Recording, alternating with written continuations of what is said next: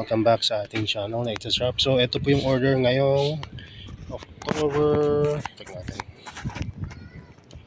October 4, yan, sorry October 4. So may mga order ng Bristletooth Exdente, tapos nagpa-print na lang ng Sunrise, diba? Tapos may order ng All Green, since wala naman siyang sinabi. Kung napanood niyo yung video, binigyan pa rin natin ng mga 3 piraso Adelaide.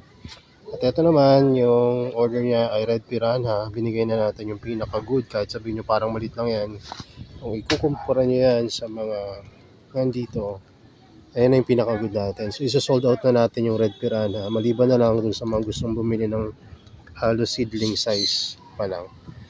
So binigyan natin siya ng free na Sunrise. Ayan. So ito naman yung bumili ng Black Star seedling and Lips and Lashes. Nagpa-free siya ng dito, yung bago natin na seed grown na Nepenthes na Mirabilis to Pero ang pagkakaiba ng Mirabilis na to, siya lang yung Mirabilis na speckled or may mga patches, no? Pero ako po mismo yung nag-cross nun, kaya sigurado ako Mirabilis yun. Tapos ito naman, ang order niya ay SD Kronos, may free rin na Sunrise.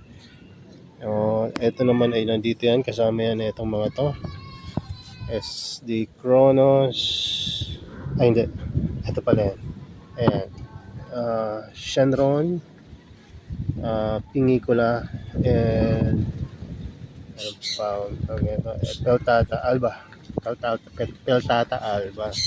So ito na yung mga nagpipicture ng malaki, no? Nagkataon lang nakalilipat lang nito dun sa ating growing area na pagagawa lang natin, kaya nagpabago ulit siya ng picture, no?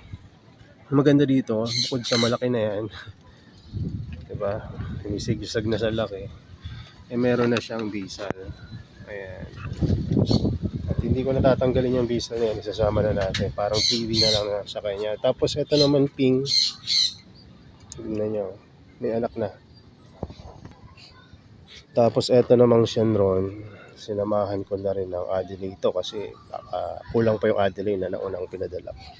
Ito naman yung pangalawang order ng SD Kronos. Since wala rin siyang naka-indicate kung anong gusto niyang freebies, binigyan ko na lang siya ng Santa Macmac na Adelaide. Okay ba yung SD Kronos natin? Ang daming traps, diba? Hindi na natin binabawasan yan kasi marami naman tayong propagation. Ito yung propagation natin ng SD Kronos, nagkukumpul ngayon, so hindi na natin kailangan ibawasan yung mga i-out natin, no? Hindi tulad ng mga dati nating mga supplier, or diskarte ko rin yung dati na pagka nagbebenta ako, nag-iiwan ako ng mga nag-iiwan ako ng mga 1 to 2 rhizome para gawing propagation. Speaking of rhizome, bakit merong nakalagay dito na coffee lodge? Tingnan nyo. Coffee lodge yan. Misis ko ba? Ayan. So sa tagal-tagal ko na nag-aalaga, alam ko na yung mga traits nila. Mapa B52 yan or D6XL. Dati hindi ko makuha yung difference ng D6XL at B52 Ngayon, isang tingin ko na pa lang, alam ko na kung ano sila kasi sa tagal ko na ba silang inaalagaan. No? Pero kahit na matagal na ako nag-alaga, marami pa rin ako nadidiscover. At yung mga dating tinuturuan ko, minsan mas magaling pa na sa akin ngayon. Natututo na rin ako ngayon sa kanila. Ano na yung isang collector na mas marami ng collection sa akin. Sabi niya sa akin, alam mo ba, ang Venus flytrap, sabi niya, nag-iiba-iba ng traps yan. Sabi ko, nung pagkaisip ko, sabi ko, totoo kaya yan? O baka sa kanila lang, kasi dahil sa radiation ng grow light. Pero hindi, pansinin nyo to. Ito ay Lagrus. Ito ay Lagrus rin. Ito ay Lagrus rin. May dapa or palapad na growth, merong pataas na growth. Ito naman tayo. Vampiro, hindi na masyadong dito, hindi pa masyado akong familiar kasi bago lang to. Pero etong Vampiro na to, ang traits niya ay ito. Yan yung traps niya. Wait lang. Oops. Ayan. Picture nga natin para may pang thumbnail tayo mamaya.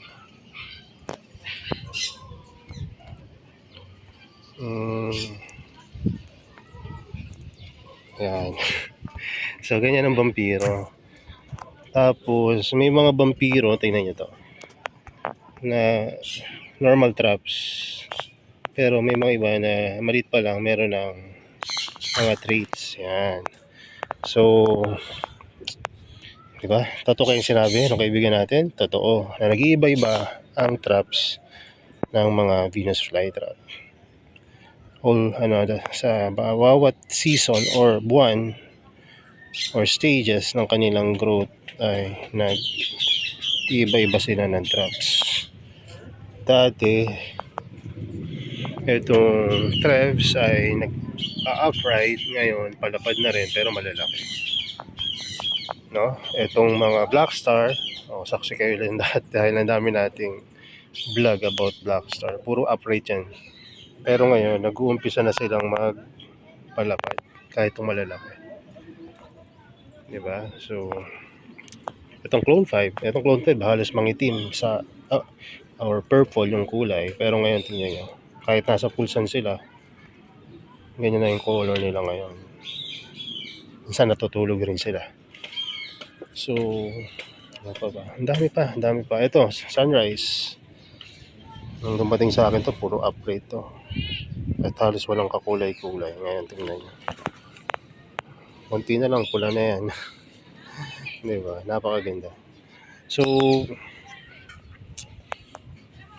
minsan naman, ito ha, may mga iba, lalo na mga seed grown na, pagka tissue culture, sabay-sabayan sila, natutulog.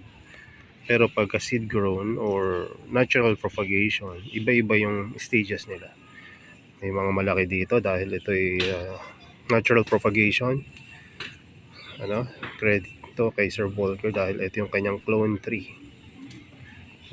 May ganyan yung clone 3, meron ding mga ganyan. So, depende kung kailan mo sila pinropagate pagka sa mga dito.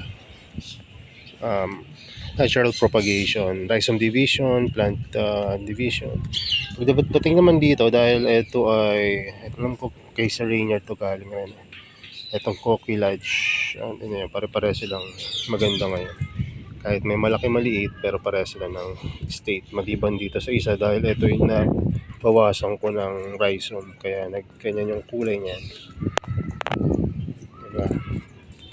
So, ayun, no? Kaya madaling ma-identify naman itong mga plants natin. So, ito yung mga order nila ngayon. Meron pang ibang umorder na grape cuttings. Yung grape cuttings, nakakatuwa yung review ng isa. Sabi nung isa wala daw roots yung pinadala namin. Ako yung nag-pack nun, kaya alam ko may roots yun. At doble yung binigay ko sa kanyang cuttings. Kung 3 lang order niya, ginagawa kong 6, 7, 8. Dahil ang dami dito. Alam niyo naman na thousands of cuttings. Hindi ko naman mauubos dito yan. Kaya pinamimigay ko na sa mga bumibili ng cuttings.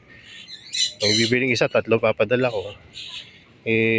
Siya, ang ginawa niya, ewan ko kung baka iba naka-receive nung dumating yung package niya. Baka kinupit yung kalahati nung in-order niya. Ang tinira lang talaga 3. Hindi ko alam yung naging issue doon or posible naman na magbawas doon yung rider or JNT dahil naka-sealed yung package natin. Pero na-receive daw niya 3 lang, tapos wala pang roots. Sabi ko parang imposible yun. Kahit ako or yung misis ko yung nag-ayos, imposible yung mangyari yun. Pero ganoon pa man, sabi ko dapat ipakita niya yung picture, no? At nag-message siya na hindi daw buhay. Hindi pa nga ilang araw pa lang mag-expect ka na mabubuhay agad yung binili mo. Ang pag-root ng grapes, inaabot siya ng ilang linggo up to a month bago sila mag-produce ng new growth ulit. No? So, lalo na shipping umabot lang naman ng 2 days, no? So, mas mabilis pa. Tapos, ang sabi niya, basta lang daw kumita, ganun daw ang ginagawa ko. Nagloloko daw ako ng kapwa. Sabi ko naman, Hindi po kami maglalakas loob ng manloko sa halagang 70 pesos. Eh, pinapamigay ko ng halos tong mga grapes. Sabi ko, kung gusto niyo po, isend niyo sa akin yung GCash niyo, number niyo. Papadala ko sa inyo yung binayad niyo. Kasi nga, hindi naman po yun kawalan rin sa amin na yung grapes, tagsi 70 lang rin naman. At napakarami namin grapes dito. Kung naging maayos naman siya may pag-usap, makapadala ko pa siya ng 30 peraso. Kaya lang yung in-order niya. No, halos ipamigay ko na po ito pagka may mga lecture ako sa mga health lecture ako sa mga barangay. Namimigay ko na lang ang grapes. Kasi para ano na rin sila, na mag-enjoy sa pag-aalaga. But anyway, ganun talaga siguro yung panahon natin ngayon. Maraming toxic sa kumbaga sa online, no? Ganun pa man sana maging mahinahon siya. Maging masaya siya kung ano yung naibigay natin. Dahil responsibility syempre ng buyer. No, once na ma-receive mo na yan na buhay at healthy, responsibility mo na yan para buhayin. So, ano pa man, no? Alam nyo ba na naibigay ko na yung mother plant ng ating scarlatin? May bumili at dinala niya na, maniwala kayo sa hindi, nasa Singapore na yung mother plant ng ating scarlatin. At shout out po dun sa bumili. Hindi ko na po babanggitin yung pangalan niya. Ayan, thank you po. Ayan, so anyway,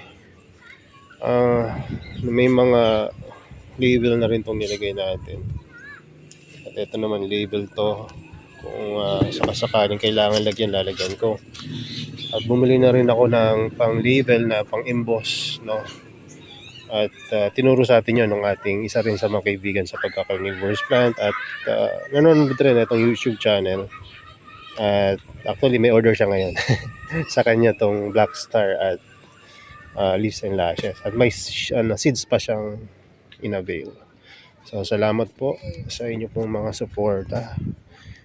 At huwag kayong magtataka kung napakaraming Adelaide nung iba dahil dami kong Adelaide. Pinamimigay ko na yan. So ibabalik ko na itong Adelaide na pinunot natin. Lagay na rin natin dito. Parang saktong-sakto itong butas para sa kanya. Itong mga nakalutang na kailangan maitanim to. Kasi pagka ang any plants na nakalutang at wala sa medium, may matutuyo. So okay na yung ganyan. Ito pa yung Santa Makmak. Halos ipamigay ko na at siguro half pa lang ng batch yun. Napakarami pa dito at doon. So yun lang. God bless sa inyo. Salamat sa pagtangkilik sa ating YouTube channel, Facebook page, at lalo na sa Shopee store natin.